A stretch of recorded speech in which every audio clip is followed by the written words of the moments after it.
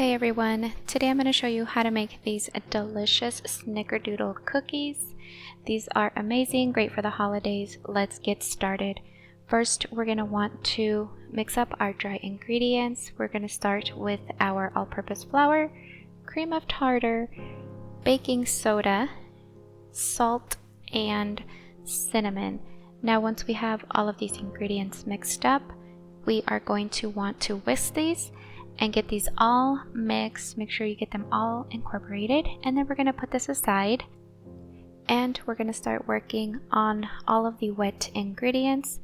So for this, you're going to start with your butter and both of your sugars, your white sugar and your dark brown sugar. You're going to mix these until they are nice and fluffy. This process is going to take you anywhere from 3 to 5 minutes depending on how good your stand mixer is, or if you're using a handheld one, you can do that as well. It doesn't have to be a stand mixer.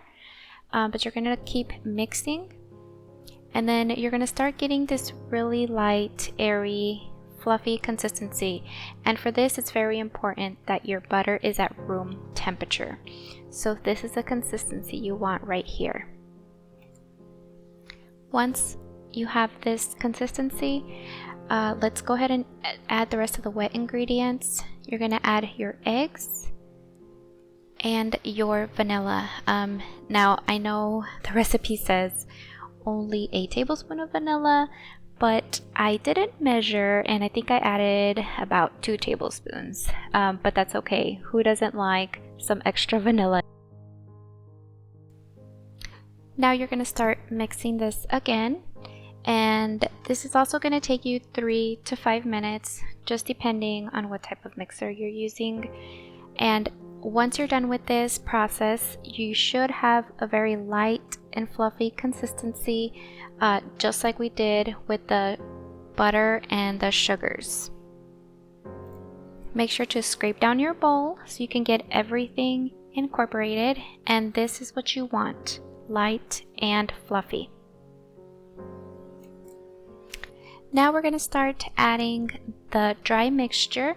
We're going to add this in 2 parts. So go ahead and drop in half of your flour mixture, and then we're going to mix. Now make sure that you do not overmix this, so only mix about 2 minutes. So as soon as it gets incorporated, you can stop your mixer and add the rest of the flour.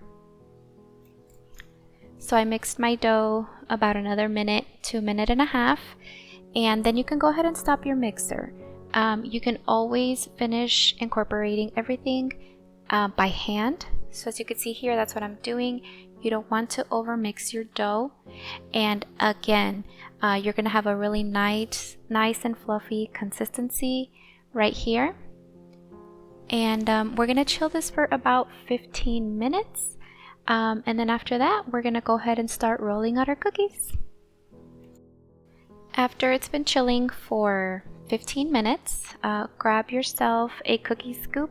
I use I think it's a tablespoon and a half. That's how big it is. So I just grab that, use that to scoop out my cookies, roll it into a ball, and then you're going to coat that in cinnamon sugar. You can put as much as you want. I love the cinnamon sugar, so I try to put a little bit extra every single time. And now after this, we're just gonna fill up our tray.